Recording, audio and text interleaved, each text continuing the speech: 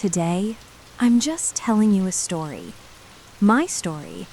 It's about how I met Liam. And honestly, it's not some grand movie-style epic. It was quiet. It was slow. It was the kind of love that brews over time, like the perfect cup of coffee. I was 24 and I was obsessed with my career. I was working 12-hour days at a graphic design firm, fueled by cheap takeout and a serious caffeine addiction. My social life was basically non-existent. Liam worked in the little independent coffee shop, The Grind, just 2 blocks from my office. And when I say little, I mean tiny. It smelled permanently of dark roast and old books. For months, he was just the barista. Tall guy, perpetually messy hair, and hands that moved with this incredible, focused precision. I'd rush in at 8:05 a.m. every single day, practically barking my order. Large latte, extra shot, oat milk, takeaway. Thanks. I never looked up from my phone, never made eye contact. I was just a blur of ambition and exhaustion.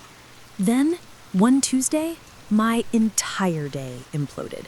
The client hated the new logo, my laptop crashed, and it started pouring rain outside. I dragged myself to The Grind, ready for my usual fuel, but I was so stressed I could barely speak. I stood there, staring at the menu board, feeling this huge lump in my throat. When it was my turn, I just sighed. I don't even know what I want, just something strong and hot. Liam didn't say anything right away. He just looked at me, and it was the first time I'd really seen his eyes.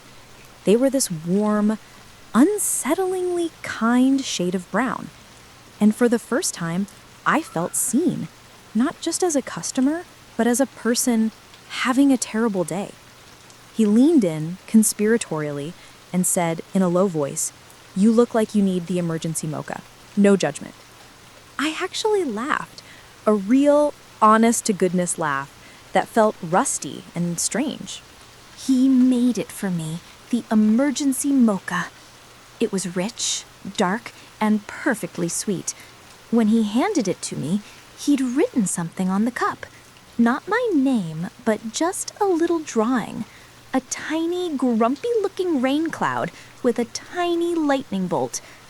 "Hope your day turns around," he said, and that was it. The next day, I didn't rush. I actually looked up. I ordered the same latte, but I managed a "Hi, Liam," because I'd finally read his name tag. The day after that, he had the paper waiting for me, folded to the comic section. It wasn't a spark, guys. It was a slow, steady warmth. It was those small, consistent acts of kindness.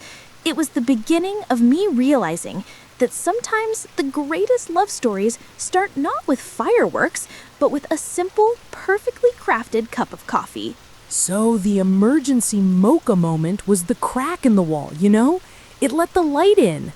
After that Tuesday, the dynamic changed. I stopped being just a customer, and Liam stopped being just the barista. Our interactions started stretching past the simple transaction.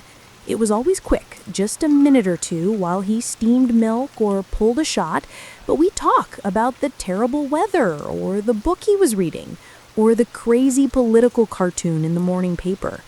I realized he was genuinely funny with this dry, understated wit, and he remembered everything. If I mentioned a stressful deadline on a Monday, he'd ask how it went on Wednesday. That level of attention, without demanding anything in return, was honestly addictive. My usual 8:05 a.m. dash turned into an 8:15 a.m. deliberate walk. I started dressing better, maybe putting a little extra effort into my hair, not for him exactly, but because I knew I would see him. That little shop became the quiet highlight of my day, the only 15 minutes I truly looked forward to. Then came the first serious step outside the coffee shop bubble. It was a Friday night. I was leaving the office late, and the stress had been a killer. I decided I needed actual human interaction, not just a caffeine IV. I walked past the grind and saw the lights were still on. Liam was inside, scrubbing the espresso machine, which is apparently a 20-minute ritual of deep concentration. He saw me through the window and gave a small wave. I hesitated, then pushed the door open. "Hey," I said, leaning against the counter. "Just wanted to say hi. Are you closing up?" "Almost," he replied, without stopping his scrubbing. "It's surprisingly therapeutic.